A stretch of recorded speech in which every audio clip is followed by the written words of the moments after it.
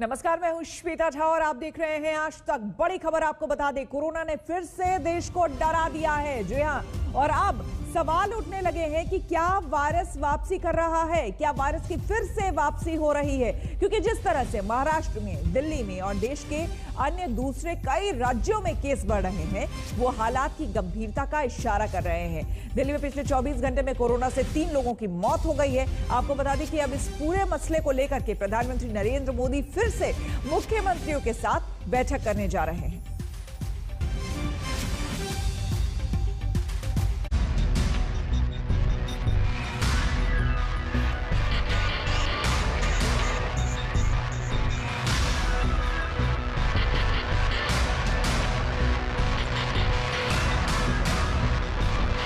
Mask, 2 गज की दूरी और साफ सफाई ये टीके के दौरान भी और बाद में भी जरूरी रहेंगे। हालात सुधरने लगे थे, उम्मीदें बंध गई थी कि सब कुछ ठीक हो जाएगा। वैक्सीन आई तो नई उम्मीदें लाई। अब तक लोग इस बात को गांठ बांध चुके थे कि मास्क ही खतरे को टालने का इकलौता जरिया है। ये बात समझ में आ चुकी थी कि सोशल डिस्टेंसिंग से स्थिति सुधर सकती है, लेकिन वो सब बीती बातें हैं। हकीकत तो ये है कि कोरोना का कमबैक हो चुका है। कुछ राज्यों में जो ऐसे बढ़े हैं वो हमारे लिए निश्चित रूप से एक चुनौती भी है और उन राज्यों की सरकार उसमें काफ़ी पहल कर रही है, लेकिन वहाँ की जनता को और तमाम देश के नागरिकों को ये समझना चाहिए कि हम सावधानी कभी ना भूलें, सावधानी बरतें और लापरवाही ना बरतें। बीते 5 दिनों का ये ग्राफ देखिए और समझिए कि कैसे वायरस का नया खतरा सिर पर मंडरा रहा है। 11 मार्च को 23,000 से ज्यादा लोग संक्रमित हुए। 12 मार्च को कुल संक्रमितों का आंकड़ा 24,800 के पार चला गया। 13 मार्च को कोरोना ग्राफ 25,000 को पार कर गया। वहीं 14 मार्च को 26,500 से ज्यादा केस दर्ज किए गए, जबकि 15 मार्च को करीब 24,500 नए मामले सामने आए। यानी कोरोना फिर से देश के सामने बड़ा संकट बनता जा रहा है। लिहाजा फिर प्रधानमंत्री मोदी एक्शन में हैं। एक बार फिर वो तमाम प्रभावित राज्यों के मुख्यमंत्रियों से कल वर्चुअली मुलाकात करेंगे, जहां बिगड़ते हालात से निपटने पर चर्चा होगी। केंद्र की चिंता यूं ही नहीं है। संक्रमण के आंकड़ों ने डराया है। हालात बेकाबू हुए हैं। कई जगह पर लॉकडाउन लगाना पड़ा है तो कई जगहों पर इसके आसार नजर आ रहे हैं। मतलब साफ है कि स्थिति की गंभीरता को देखते हुए फिर से कड़े कदम उठाए जाएं ताकि हालात को कंट्रोल में किया जा सके। टीका लग गया तो उसका अर्थ ये नहीं कि आप कोरोना से बचाव के दूसरे तरीके छोड़ दें। अब हमें नया प्रण लेना है। दवाई भी, कड़ाई भी। दवाई भी, कड़ाई भी।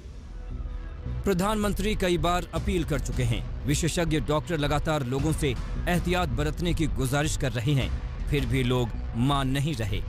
कोविड गया नहीं था, वायरस हमारे बीच में ही था और कई लोगों ने ये सोचना शुरू कर दिया कि कोरोना खत्म हो गया है, अब हमें मास्क लगाने की जरूरत नहीं है, फिजिकल डिस्टेंसिंग की जरूरत नहीं है, हाथ धोने की जरूरत नहीं है जी। और वायरस इसी का इंतजार कर रहा था और इसीलिए अगर हम देखें कई जगह पे लोग इकट्ठे होने शुरू हो गए, क्राउड्स होने लगे जहां पे लोगों ने मास्क नहीं लगाया था, कई पार्टीज ऐसे होने लगी।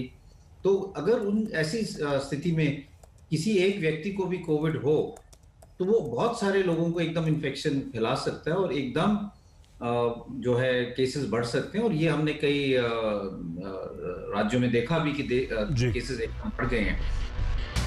हाल के दिनों में कुछ राज्यों में कोरोना ग्राफ में बेतहाशा इजाफा देखा गया है, लेकिन सबसे विकट समस्या महाराष्ट्र, पंजाब, कर्नाटक, गुजरात और तमिलनाडु के सामने है। इन 5 राज्यों में देश के 78.41% नए केस मिल रहे हैं। आंकड़ों के मुताबिक सबसे ज्यादा प्रभावित राज्य महाराष्ट्र है, जहां करीब 58% केस पाए जा रहे हैं। इस नई चुनौती ने टेंशन बढ़ा दी है। जरूरत है फिर से वही समर्पण, वही जोश दिखाने की और सतर्कता बरतने की, ताकि हालात आउट ऑफ कंट्रोल होने की नौबत न आए। दिल्ली से मिलन शर्मा के साथ आज तक ब्यूरो। देश के सामने नए कोरोना संकट की सबसे बड़ी वजह है महाराष्ट्र में बिगड़ते हालात। राज्य में स्थिति इतनी गंभीर हो गई है कि कुछ शहरों में लॉकडाउन या फिर आंशिक लॉकडाउन तक लगाना पड़ा है। फिर भी लोग लापरवाही से बाज नहीं आ रहे।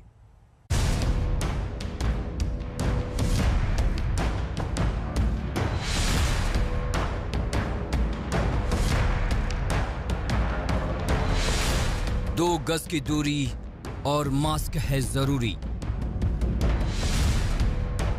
इसी फॉर्मूले पर शुरू हुई थी कोरोना जैसी महामारी से लड़ाई। लेकिन ग्राफ में गिरावट आई तो लोग बेफिक्र होते गए। ऐसा लगने लगा मानो संकट पूरी तरह से समाप्त हो गया हो। और वही चूक अब बड़ी चेतावनी बनकर महाराष्ट्र के सामने खड़ी है। यहां कोरोना की तेज रफ्तार चिंता बढ़ा रही है। महाराष्ट्र में 4 दिनों के आंकड़ों पर नजर डालिए। 12 मार्च को 15,817 नए केस दर्ज किए गए। 13 मार्च को 15,602 नए मामले सामने आए। 14 मार्च को यह आंकड़ा 16,620 तक पहुंच गया। हालांकि कल यानी सोमवार को फिर थोड़ी गिरावट दर्ज की गई और आंकड़ा 15,051 रहा। संक्रमण का ये ग्राफ उन 4 दिनों का है जो सबसे ज्यादा रहे हैं। ये उसी महाराष्ट्र की तस्वीर है जहां 11 फरवरी को 24 घंटे में महज 652 केस मिले थे। अब 15,000 से ज्यादा मामले सामने आ रहे हैं। आए दिन हो रही लापरवाही ने हालात बिगाड़ने में कोई कसर नहीं छोड़ी है। नागपुर, मुंबई समेत कई शहरों में ऐसी तस्वीरें दिख रही हैं जहां खतरे के बाद भी लोग कायदा कानून की धज्जियां उड़ा रहे हैं। लोग बाजारों में घूम रहे हैं जैसे कोरोना खत्म हो गया हो। मुश्किलें बढ़ी तो महाराष्ट्र सरकार ने फौरी तौर पर कदम उठा लिए। नागपुर में 21 मार्च तक संपूर्ण लॉकडाउन लगा दिया गया। पुणे में 31 मार्च तक रात 11 बजे से 6 बजे तक नाइट कर्फ्यू की घोषणा कर दी गई। पुणे के सभी स्कूल कॉलेज भी 31 मार्च तक बंद कर दिए गए हैं। औरंगाबाद में 4 अप्रैल तक रात 9 बजे से सुबह 6 बजे तक लॉकडाउन है और ठाणे में 16 हॉटस्पॉट इलाके में भी 31 मार्च तक लॉकडाउन है। ऐसे में सवाल उठने लगे हैं कि क्या महाराष्ट्र की मुसीबत टालने के लिए लॉकडाउन ही एक उपाय बचा है। सरकार कह रही है कि कड़ाई बढ़ती जा रही है। कोविड गाइडलाइंस नहीं पालन करने के आरोप में करीब 20 लाख लोगों पर जुर्माना भी लग चुका है। नागपुर में लॉकडाउन के बीच बेवजह सड़क पर निकलने वालों से निपटने के लिए पुलिस मुस्तैद हो चुकी है। लॉकडाउन के लिए पूरे शहर में नाकाबंदी लगाई गई है। पेट्रोलिंग मोबाइल्स पेट्रोलिंग कर रहे हैं और जो भी अनावश्यक या नियम के विरुद्ध जो लोग रास्ते पे दिख रहे हैं उनके विरुद्ध कार्रवाई शुरू की गई है। वहीं राज्य सरकार लोगों से अपील कर रही है कि ढिलाई नहीं बरतें, मास्क लगाएं ताकि लॉकडाउन के हालात न बने। आणि म्हणून अशी कुठलीही कारण नाही की ज्यामुळे ताबडतोबीनं लॉकडाऊन करावं लागेल। पण हे नक्कीच आहे की मुंबईमध्ये महानगरपालिकेमध्ये 20 लाख लोकांना फाईन केलं मास्क नाही या कारणाने आणि 42 कोटी रुपये यामधून जमा झालेले। इन सब के बीच राज्य सरकार ने नई गाइडलाइंस भी जारी कर दी है। इसके मुताबिक 31 मार्च तक राज्य के सभी दफ्तर, mall, cinema hall, hotel, restaurant 50% क्षमता में ही काम करेंगे। सामाजिक, सांस्कृतिक, राजनीतिक या धार्मिक आयोजन की इजाजत नहीं होगी। शादी में 50 से ज्यादा मेहमानों की इजाजत नहीं है। अंतिम संस्कार में सिर्फ 20 लोग शामिल हो सकते हैं। साथ ही कोरोना पीड़ितों के हाथ पर स्टाम्प भी लगाने का फैसला राज्य सरकार ने लिया है। जरूरत इन कोविड नियमों को सख्ती से पालन करने की है। साथ ही मार्केट में भीड़ कंट्रोल करना बहुत बड़ा चैलेंज है, लेकिन हालात सुधरने की उम्मीद इसके बगैर नहीं की जा सकती। पुणे से पंकज खेलकर और मुंबई से कमलेश सुतार के साथ मुस्तफा शेख, आज तक। महाराष्ट्र के अलावा अन्य कई राज्यों में भी कोरोना का खतरा बढ़ा तो संबंधित राज्य सरकारें अलर्ट हो गई। दिल्ली, मध्य प्रदेश, पंजाब, गुजरात, कई ऐसे राज्य हैं जहां वायरस के खिलाफ लड़ाई को तेज कर दिया गया है।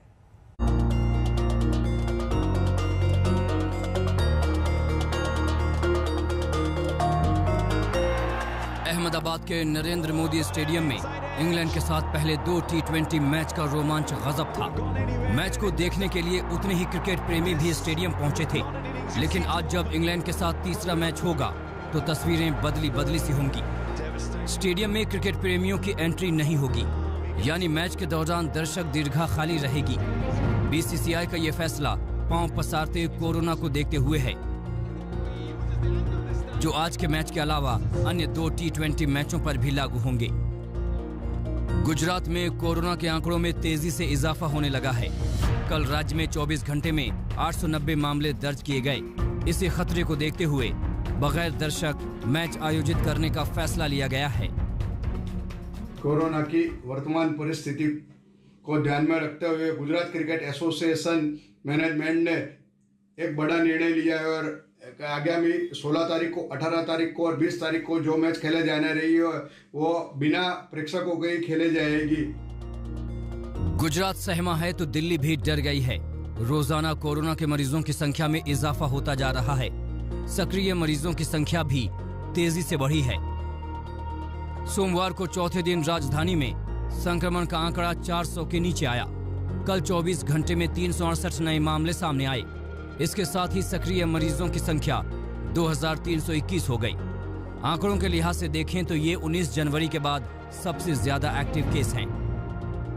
थोड़े बढ़े हैं केसेस, पहले 100 सवा 100 के करीब आ गए थे, अभी पिछले कुछ दिनों से 400 सवा 400 है। मैं स्थिति पे नजर रखे हुए हूँ, अभी कोई घबराने की बात नहीं है। डेथ्स अभी भी कंट्रोल में है, 1 कभी 2 कभी 0 कभी 3 इसी रेंज में चल रही हैं।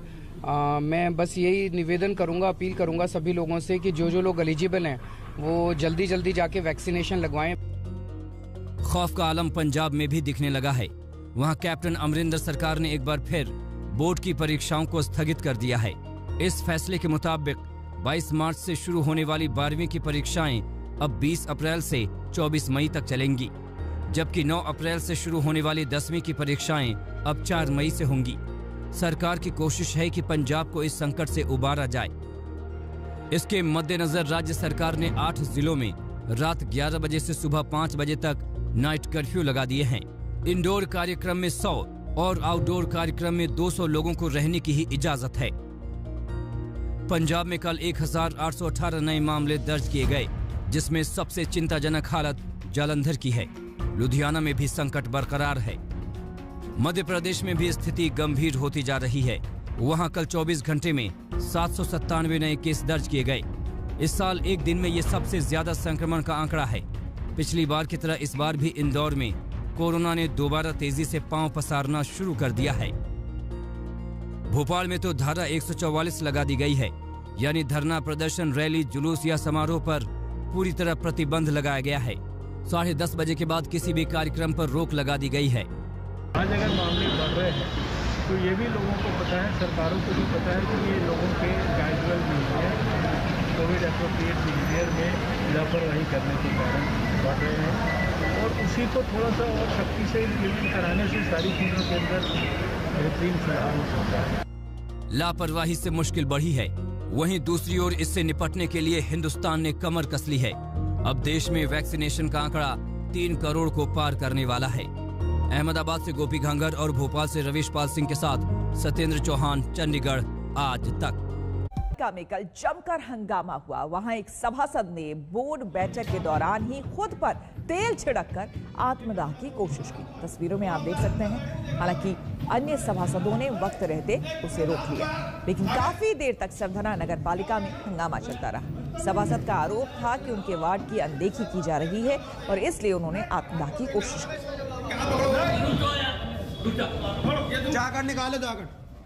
चेयरमैन साहिबा को, और जब भी मीटिंग होती है, कोविड में भी और उससे पहले भी जितनी मीटिंग हुई है, जो प्रस्ताव पास हुए उन पे कोई काम नहीं हो रहा और काम हो रहा है। 2 काम लगा रखे हैं 1 लाख रुपए के, 3 महीने से काम चल रहा है। 1 लाख रुपए के 3 काम पूर्ण नहीं कर पाए ठेकेदार। बोर्ड मीटिंग में अफजाल अंसारी यहाँ सभासद हैं,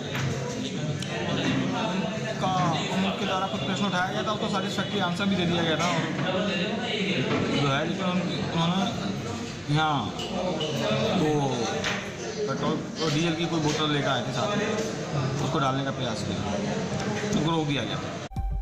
हम रुकेंगे यहाँ पर एक छोटे से ब्रेक के लिए। बने रहे हमारे साथ, देखते रहिए आज तक। नमस्कार, मैं हूं अंजना ओम कश्यप। हमें उम्मीद है ये वीडियो आपको पसंद आया होगा। लेटेस्ट खबरों के लिए यूं ही देखते रहिए आज तक और इस वीडियो के पसंद आने पर लाइक, शेयर एंड सब्सक्राइब करना ना भूलें।